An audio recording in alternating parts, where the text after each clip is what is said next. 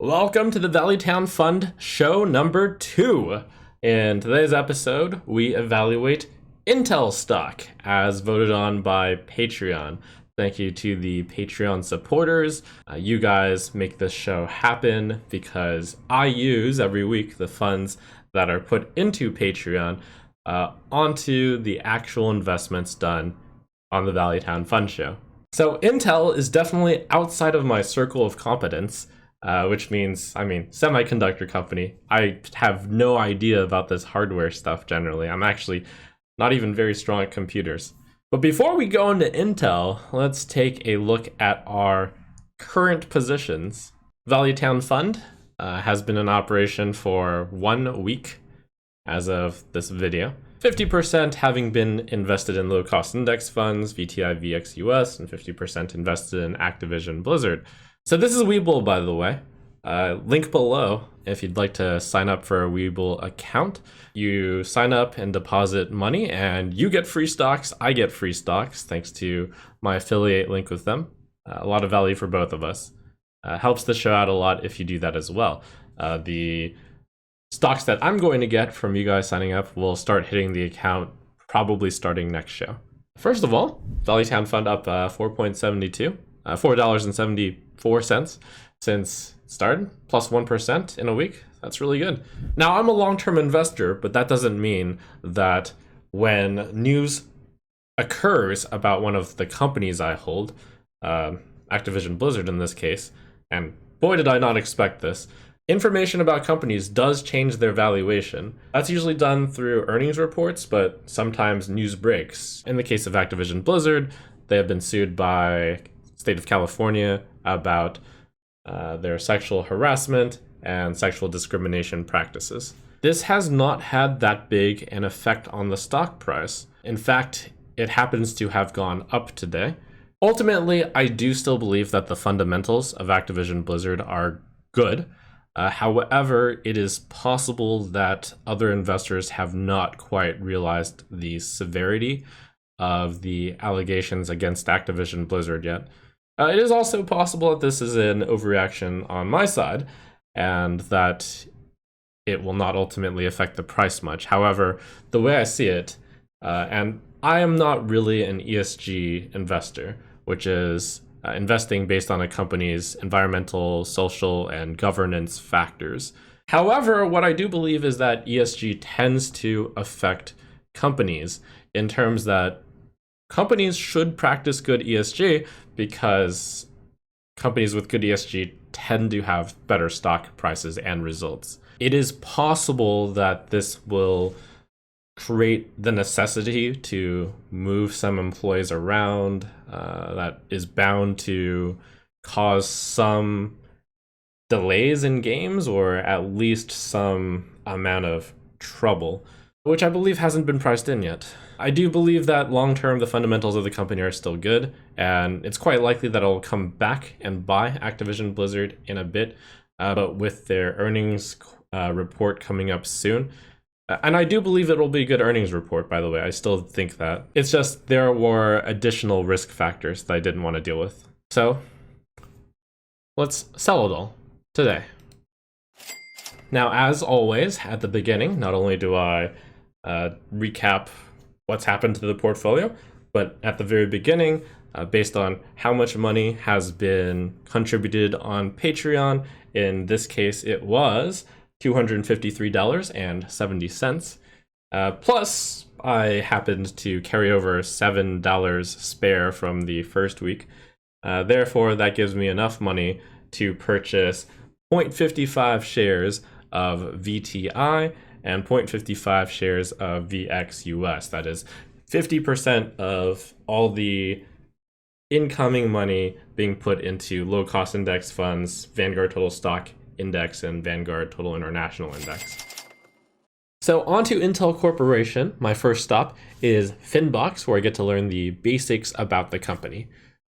Intel Corporation, ticker symbol INTC, is based in the United States in the information technology sector, and that is in the industry of semiconductors and semiconductor equipment. As a note, I'm reviewing this on July 23rd, This is the day after the earnings reports, and I have purposely done so today because I looked up all the previous earnings reports, and that's where the stock has major movements, usually on the downside. And you can actually see that on this day, Intel is down 6.24%. Incredible. Intel Corporation designs, manufactures, and sells essential technologies for the cloud, smart, and connected devices for retail, industrial, and consumer users worldwide. This will make people's head spin. It made my head spin, and I actually still don't know these abbreviations. This, again, is outside of my circle of competence. The company operates through DCG, IOTG, Mobileye, NSG, PSG, CCG, and all their segments. It offers platform products such as central processing units and chipsets, and system-on-chip, multi-chip packages, and non-platform or adjacent products, comprising accelerators, boards and systems, connectivity products, and memory and storage products. By the way, it's in general, I do recommend that if you were to be investing into companies, you really should understand what they do. Because this is an informational and educational show, I break these rules because I review the stocks that you guys want me to review. And there's not that many things in my circle of competence, but it's fun to expand my circle of competence and learn about this stuff. It took a lot of studying to even understand what Intel did, by the way. The company also provides Internet of Things products, including high-performance compute solutions for targeted verticals and embedded applications, and computer vision and machine learning-based sensing, data analysis, localization, mapping, and driving policy technology. It serves original equipment manufacturers, original design manufacturers, and cloud service providers. Intel Corporation has a strategic partnership with MILA to develop and apply advances in artificial intelligence methods for enhancing the search in the space of drugs. The company was founded in 1968 and is headquartered in Santa Clara, California. Okay, so head exploded. So here's my understanding of what Intel does. Intel's in the semiconductor industry, and it is one of the very few, and certainly the only major United States-based company which actually still has factories which build semiconductor units. Actually a manufacturer of chips, basically. This has been found to be very important, at least in the US government's eyes. Semiconductors are really important, potentially a matter of national security to have at least some semiconductor production in the United States. These semiconductor factories are called fabricators, and when I say it's the only one, I should say it's the major United States fabricator. Thus, Intel Corporation both designs and produces chips. However, as of late, the chips that Intel has made, they're falling a lot behind on this technology, having stalled on their ability to produce on 7 nanometer chips for years. This has been very detrimental to their leadership role in the semiconductor industry. Because their chips are falling behind, both in design as well as in production, AMD has come to take lots of market share from Intel Corporation. This has not been good for Intel. Thus, Intel faces two major sources of competition. One, Taiwan Semiconductor Company, TSMC, is another fabricator which produces higher quality chips than Intel. Two, AMD. AMD uniquely took a very different direction from Intel. AMD sold off its fabricators and decided to just completely use Taiwan Semiconductor to basically have their chips produced somewhere else and just be chip designers. This has caused them to be able to not have to worry about the heavy cost in operating these fabricators. And they've come upon a very good chip design, a chip design that is far outpacing Intel's right now, and their chip is better. And thus, they have taken a lot of market share from Intel. And that appears to be a trend that will continue. So that's the state of Intel. So it's a chip designer and a chip manufacturer, and it's very unique in that it does both. And it's extremely unique in that it is a major chip manufacturer in the United States. So when you take a look at the price history of Intel, it has been steadily going up over the last 10 years. And when I say steadily going up, I should say up until around 2017, 2018, when essentially most of the downturns can be explained, and I do think it's very important to look at all of the downturns. Most of the downturns can be explained through their lagging technology, through basically announcing that their next generation chip was going to be under production, but delays have occurred. Their most recent downturn has been due to AMD coming out with very successful chip technologies, which have outpaced Intel's. Now, Intel has had a pretty good run-up late 2020 until early 2021. This might be attributable to the fact that semiconductors were becoming more rare, and Intel is a semiconductor company, manufacturing company. New CEO in Intel with visionary ideas involving opening more semiconductor manufacturing, more fabricators. But they have since lost quite a bit of those gains. That is attributable to AMD coming and eating their lunch, so to say. You can actually see AMD versus Intel market share across all CPUs. AMD rises, Intel falls. Desktop, AMD has only recently beaten out Intel. This has happened once before, but Intel took that back and has held it for a very long time, until now. You got the laptop market share, and this is actually really important, the server market share. This is where Intel makes its highest margins. AMD, it's coming in there. Watch out, Intel. Now, obviously, when analyzing Intel, it was impossible to figure out what Intel did without figuring out what AMD, its main competitor, is doing. I also considered taking a position in AMD. I've decided not to because investors are pricing it as if it's going to do extremely well. I found it difficult to, without focusing entirely on it, to know if it was overvalued, undervalued, or like about right, just because it's expected to do really well, and with earnings reports coming out very soon, it could do really well, or it could, go under expectations. AMD is definitely going to be very volatile, but I think it is fair to say that AMD is expected to do very well. And it's just a question of whether or not the price of the stock is too high right now. Looking at some basic data, Intel pays out a substantial dividend, 2.5%, has a pretty low PE ratio, 11.5 times. That's the amount that you pay per dollar earnings. Massive revenue, $77.7 billion, big company, with net income of $18.6 billion. This is a really big company. You look at the revenues, you might expect Intel to be decreasing in revenues based off of that news, but actually, revenue has been growing, and operating income has been growing. Markets are forward-looking, though, and it's possible that they're projecting that revenues and operating income will decrease, or margins will decrease. Or it's also possible that people have overestimated Intel's downside.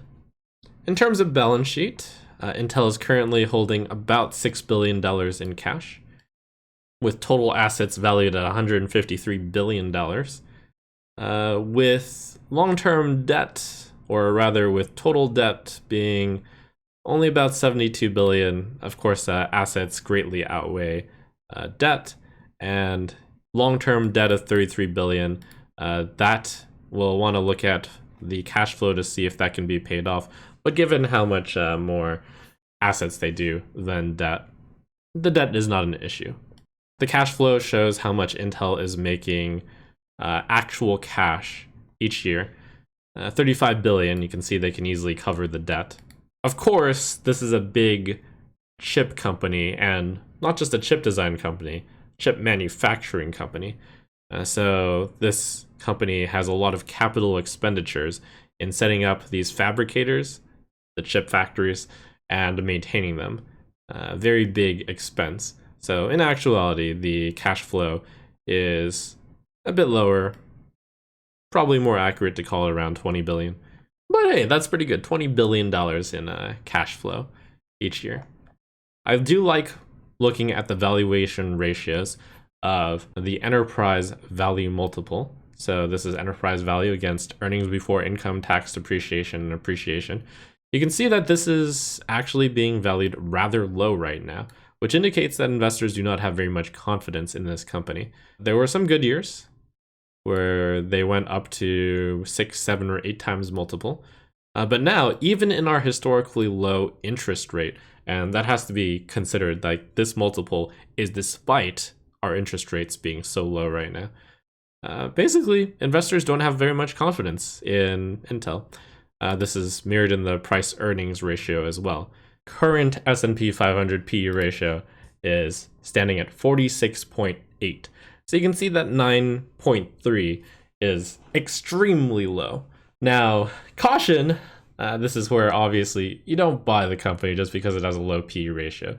It's low for a reason. People have very little confidence in this company. Furthermore, throughout time, the PE ratio isn't that high because the company has a lot of expenses that aren't necessarily covered in earnings. Big chip manufacturer has to spend a lot on capital expenses. As usual, my next step is to look at the annual report of the company. Now, because this is a company that I understand less, I of course was going to understand the annual report less. But still, it's important to read at least the overview. So Intel is an industry leader, which is true, though that is growing more and more under question. Importantly, Bob Swan is the quote on the annual report 2020, and Patrick Gelsinger has recently taken over the CEO position, February 15th, 2021.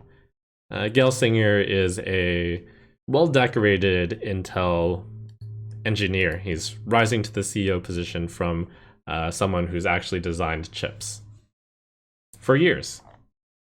Looking at the year in review, Intel achieved record revenue, 49% from data-centric businesses.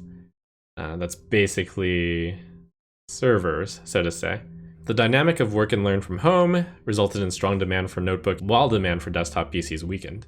Demand in cloud service providers market segment grew. We shipped a higher volume of 10nm products. The increased mix of 10nm, combined with a higher portion of revenue from lower margin adjacent businesses, offset higher platform revenue and drove a decline in gross margin of 3 percentage points, which is to say that they make less money from building notebook PCs or providing the chips for notebook PCs than for their DCG segment. We invested a lot of money into R&D, did a lot of capital investments, and we did lots of buybacks. Now, I'll save you a lot of time of looking through the annual report. Essentially, it's a lot of happy sounding messaging, but it's covering up a grim detail. And I think this is rather simple. Intel needs to get their 7nm chip out. The delays are costing it an immense amount of money. Someday, they will get their 7nm chip out. That, in essence, is the main important thing about Intel right now. To some extent, I found this a lot like valuing a startup company. Now, Intel is not a startup company, obviously, but they're relying a lot on this new product. When this new product comes out, it's a lot of execution. First, when will this new product come out? And then, will they be able to implement it well? Their latest Q2 report came out just yesterday. Theoretically good news. Q2 revenue and earnings per share were above expectations, and because of that, Intel is raising the full year guidance. The future is bright for semiconductor demand, more momentum of demand, and hey, execution, innovation, and growth. Those all sound like good words. This looks like some very good data. Revenue, $18.5 billion, up 2% year over year. By the way, results and year over year comparisons exclude the NAND memory business. So this revenue amount is actually lower than last year. It is fine to put it this way though, because they are selling part of their business off. Gross margin, it's 59%, which is up 2.9% year over year. By the way, this margin is also a little bit potentially off because it does exclude the NAND memory business. Earnings per share up as well. This slide speaks about why Intel stock actually went down. So comparing the quarter 2 2021 revenue to the quarter 2 2020 revenue, their data center group, which has the highest operating margin, 44%, this has gone down. The revenue has gone down. That's because of increased competition. But also the operating margin has gone down. That's because of the semiconductor shortage. And you might say that doesn't make any sense. Well, because their fabricators are a little bit outdated, they actually have to buy quite a bunch of these chips from Taiwan Semiconductor Manufacturing. And due to the shortage, the margins have gone down. They have to pay even more for these. I'm not entirely certain about that, by the way. The slide does say the operating income is down on increased R&D and 10nm production ramp and 7nm startup, which is to say that, more costs involved in producing more chips, as well as newer chips. What is really hurting Intel is the forecast, the guidance they're giving. So this is it for quarter 3. They're claiming that revenue will be up, gross margin will be down, earnings per share will be up. This is with their risen outlook, by the way. They bumped these numbers up. But what the investors hate seeing is that the gross margin is going down. In the 2021 outlook, they have risen the guidance on the revenue to be plus 1 billion, which is good because they already were only reporting a very small increase year over year. Now it's a tiny bit bigger. Wow, growth of 1%. Gross margin, though, is down, which is the big concerning part. This is implying that they're going to be making more of their revenue in less profitable fields, such as PC or notebook production of chips, instead of their data center. Due to not really understanding this industry much, I do rely on just reading good articles about why in the world did Intel stock go down 5.61% currently, despite their earnings beat. And I think this article is fairly good, written by Ian King of Bloomberg. Investors focused on the 9% decline in the division sales of the lucrative server chips. This is because advanced micro devices is eating their lunch. But not only that, Amazon, as well as Google, are supplying their own components for their own data centers. That's really bad for Intel. This article speaks a little bit about Gelsinger, who started his career at Intel as a teenager and worked his way up through the engineering ranks. He said that Intel will fight hard for every order, and the earnings call actually have, in this quarter as well as the last quarter, emphasized we're really going to fight for every single sale. Now, knowing nothing about how semiconductor chips worked, I had to do a lot of background research to figure out how far behind is Intel versus Taiwan Semi Manufacturing Company in producing chips anyways. And the answer is yes, they're behind, but maybe they're not as behind as people think when they point towards the nanometer number. So TSMC is actually fully producing 5 nanometer chips and are like rolling out the 3 nanometer. And that sounds really good, especially compared to Intel, which is producing 10 nanometer chips and will be producing the 7 nanometer chip starting in 2022, hopefully. And it certainly looks like 3 is much smaller than 7, but due to density, Intel is better at using these. Yes, they're larger chips, but they're able to pack more in, and thus the capability is stronger, even though TSMC's chip size is smaller.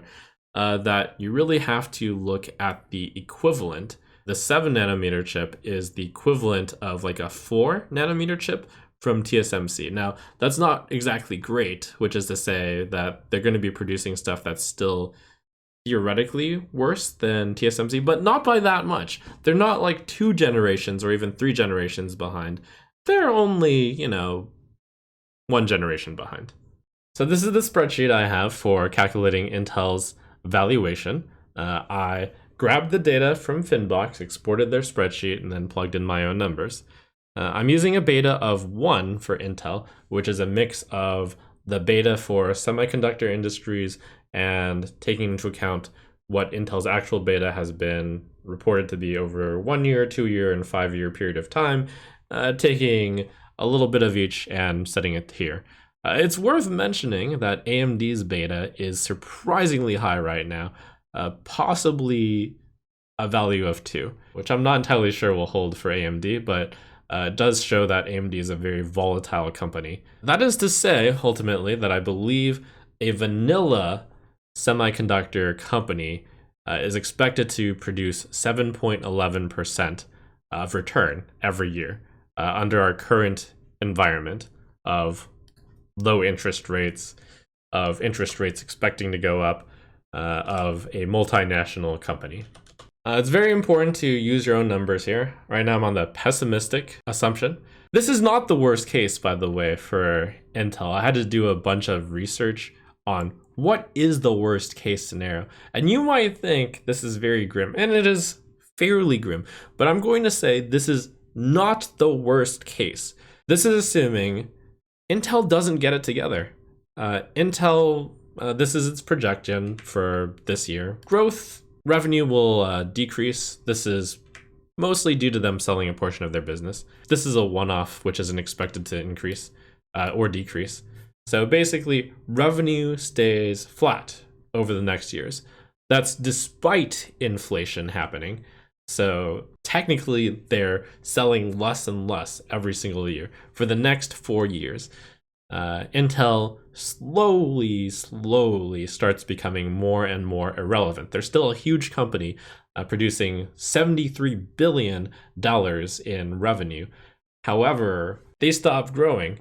They don't even keep pace with inflation. I've taken earnings as percentage of revenue that they stop growing despite continuing to pour money into R&D and building more factories and whatnot. So keeping the amount that they spend the same-ish, holding across years. Very similar story for capital expenditures. They keep spending money. It is also worth mentioning that this isn't the worst case scenario. This profit margin could go down, especially since that appears to be a trend. I have selected a fairly low exit multiple for this scenario at 7 times EBITDA. When you compare this with similar companies like Qualcomm, NVIDIA, and AMD, you can see that their multiple currently is significantly higher than 7. 7, when you look across the history of Intel, that has ranged from 4 all the way up to 8. However, we are still at very, very low interest rates. So I do believe that low numbers are less likely.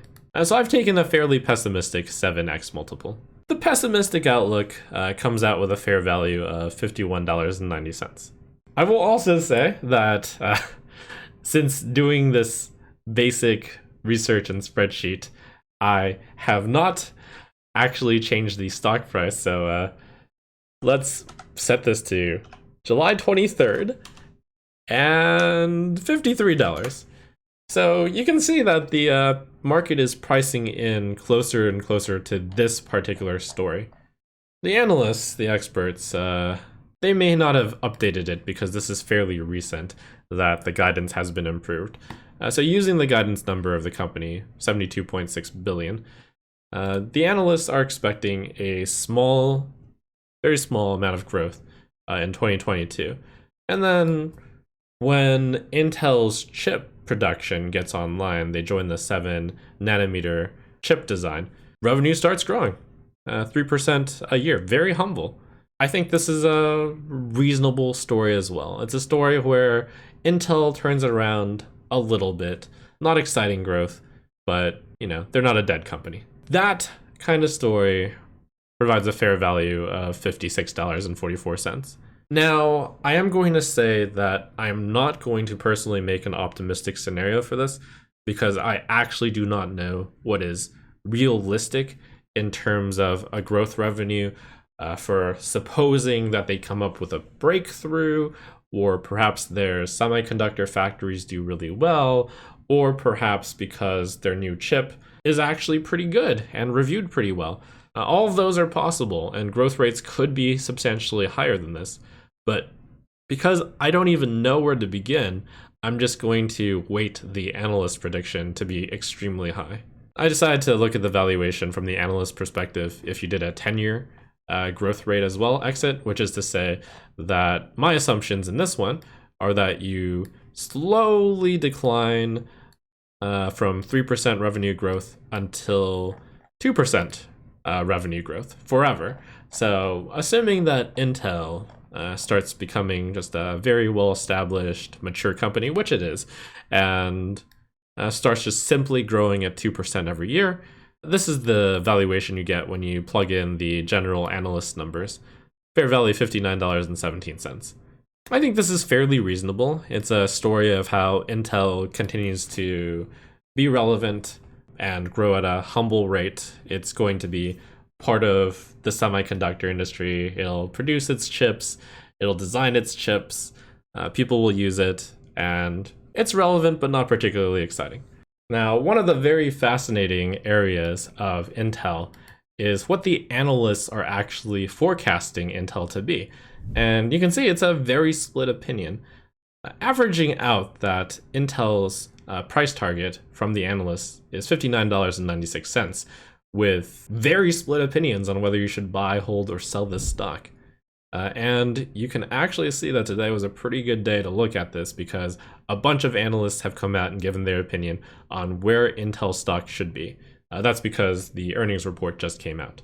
And here's the final valuation probabilities that I've set. You'll note that because I consider my area of expertise rather weak on this, I've decided to say, okay, I think I can see where the worst case is, and not even the worst case. I can see a fairly bad case for Intel. And because it's not a worst case, I've actually put the probability of the pessimistic situation pretty high. And then I've weighted just the analysts, which are presumably the average. I haven't come up with my own optimistic estimate at all. Because analyst prediction targets are in a year, I discounted the $59.96 to today, which means they implied think that collectively they think Intel stock is worth $55.98 right now. However, it is worth mentioning that this is a very split opinion, which leads to a target price of $54.61 of what Intel theoretically should be worth right now. In fact, Intel plummeted past that price today. It was higher than the target price, but is now lower than the target price, $53 now. Which implies that there's a small upside to buying the stock. Now, with an up or downside with this in an industry that I am not very familiar with, despite spending a good amount of time to try to figure out the semiconductor industry, in an analysis where I mostly just trusted the analysts, I did still have a general idea that, yeah, Intel might actually just be a company that's kicked around and investors just don't like it right now, to the point that, even with fairly pessimistic numbers, and I think the analysts might be a bit pessimistic as well, and there is no optimistic situation in this analysis. Maybe some of the analysts are over optimistic, so that has been included. Intel's a risky buy, definitely not anywhere near a margin of safety. If you're making this purchase, you're making it under the slimmest of margins, where it's a really uninformed, maybe I'll buy it and maybe it'll go up. And only because this is an entertainment informational show where I've said, each time I'm going to value a stock and I'm going to take a position on it, I will take a position on it, but it's going to be a small one. And it's not what you think. Now, I'm not usually a technical analyst. I'm a long-term buy and hold person. However, this is going to be one of the very few times where I'm going to rely on technical analysis, the astrology of charts, a little bit more. As you can see from this 1-year chart, this is a flat line indicating the amount that is considered support. It's rare that Intel falls below this line. It's worth mentioning that, wait, refresh. Oh, there we go. Wait, where's the line? And you can see how technical analysis just changes, and you magically change your chart based on, if you refresh the chart. So there used to be this flat line here indicating that this was support, where, very rare that the stock price goes down below this point. However, due to the earnings report, that line has now changed to this diagonal line, where this is now apparently support. Honestly, it doesn't matter. So Intel has breached the support line of, it looked like it was 54 on the previous. One could say, oh man, it's in free fall. All things are open game now. But you know what? I kind of want there to still be a line here at 54. I think that it's reasonable. Also, fair value, if you are really pessimistic, 52. If you were reasonably pessimistic, 52. You could come up with a worst case scenario than this. I do believe in Intel, and all the research I did shows that Intel and AMD get into a competition. Sometimes AMD is winning, sometimes Intel is winning. In this case, AMD is winning. That's fine. So Intel's currently losing, but is Intel gonna lose forever? Is it gonna go down? I would argue no. So I'd like you to imagine that there is this line on the bottom where the pessimistic fair value is that line, $52. Intel is a very important part of the US economy and has been stated as such from the US government. In fact, the US government is coming up specifically with a bill just to be like, hey, Intel, we kind of like you, so we're going to give you some money. This, I'm not entirely sure, has been fully priced in, or perhaps it has been priced in and people are just even more pessimistic about Intel. There's incentives to open up semiconductor chip manufacturing in the United States so that we don't rely entirely on TSMC over in Taiwan, which I think is reasonable. Clearly, the US government is basically backing Intel because Intel is the largest chip manufacturer in the United States. This is basically a bill to give Intel free money. I'm not going to say too big to fail, but maybe? So essentially, there's almost like a floor. Intel has the blessing of the US government. Intel is a very long-standing company. It's got a new CEO. This new CEO does come from a chip manufacturing background and has apparently already cut down on some of the initiatives which seem like they're moonshots. He's just going with a strategy, a practice strategy, and in fact has an ambition of building out more chip manufacturing. That's a bold step, and I'm not entirely sure about the chip manufacturing, but what I do believe is that someday Intel is going to get that new chip designed and started to be manufactured. And Intel's got like a pretty big brand to it. So I think we're near the bottom. Furthermore though, and this is probably really important, when you look at this graph, boy does this company not look exciting to own. It has been flat or has held for the last few months. In a booming economy, which we are in right now, I don't want to hold this stock.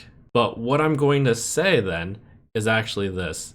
I want to make a bet that Intel will not fall by that much. And that's it. Can you do that? And I'm going to warn you right now, by the way, don't do this unless you know what you're doing.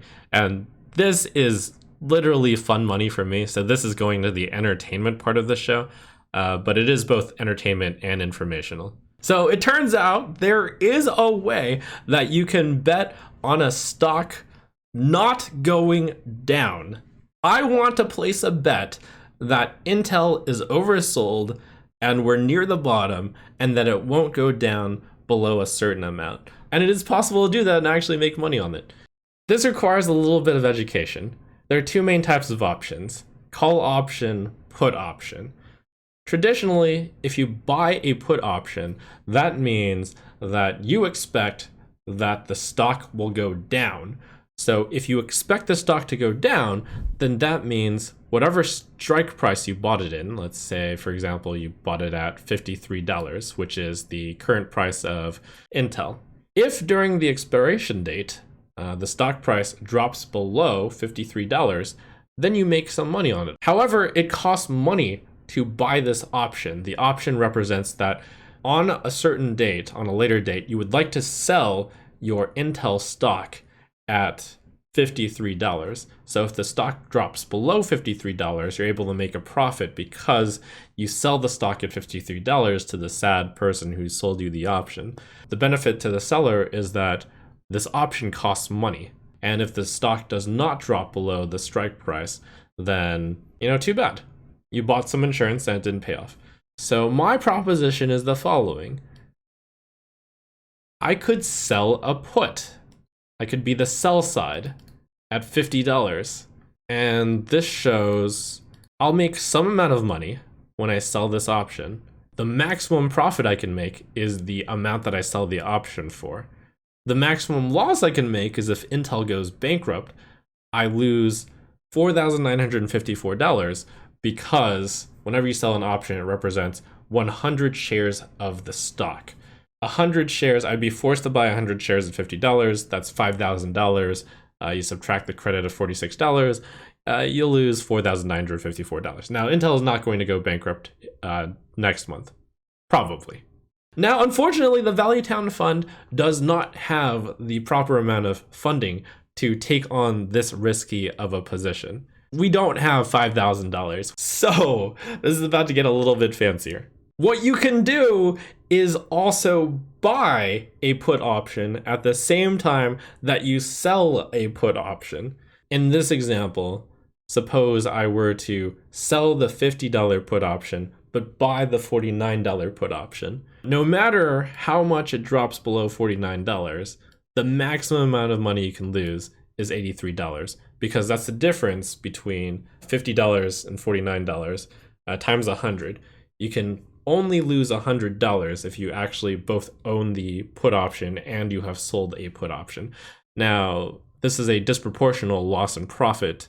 You lose $83 if you're wrong, but you make $17 if you're right.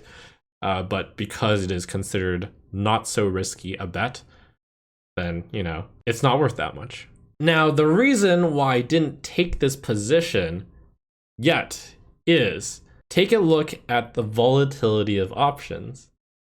It turns out that there's something called options crush. Each time earnings comes out for a company, the implied volatility for an option decreases a lot. That's because before earnings comes out, nobody knows what's really going to happen. These timings matter a lot. As you can see, the volatility in one day dropped from 35.2 to 23.5. And due to this risk, I did not write an option at this date. And I'm going to explain one more thing. AMD's earning report comes out next week. And boy, do I not want to be holding this position when AMD's report comes out and possibly states that AMD has made a ludicrously large amount of money and we stole all of Intel's lunch and Intel plummets more. So what I'm saying is the following. I plan to take a bull put spread option, but not now. I'm going to wait until after AMD reports. And then next week, I will take this position. I actually feel comfortable enough rolling this bull put spread every month. That's going off of the general idea that I believe that Intel will be a fairly low volatility company, and the options may be mispriced in the sense that they expect higher volatility from Intel than actually exists. In this way, you're betting on the value of the expiration basically declining over time. This is considered to be a theta gang position as well. One thing I want to point out about options versus stocks are that when you buy a stock and you're a long-term investor, sometimes you get the price wrong. Sometimes you buy when it's actually, a little bit higher than what you should have bought for. But because stocks inherently go up, true, by the way, stocks go up. Why? Because stocks represent ownership in companies. Companies make money. And when companies make money, stock prices go up. Oversimplification, but, options do not represent anything inherent. They're not owning a company. They represent like the ability to maybe own a company. And you don't have as long a time frame with options as you do with stocks, especially when you're doing this 1 month time frame thing. They are quite a bit more risky than stocks because options expire. There you have it. That is a Theta Gang strategy where, you basically run out the clock. As long as the stock doesn't drop by a lot, which it could, by the way, it could, in which case you're losing a lot of your money. But, you set a maximum loss because it's a spread. Downsides of this strategy are it does take a lot of capital to tie up.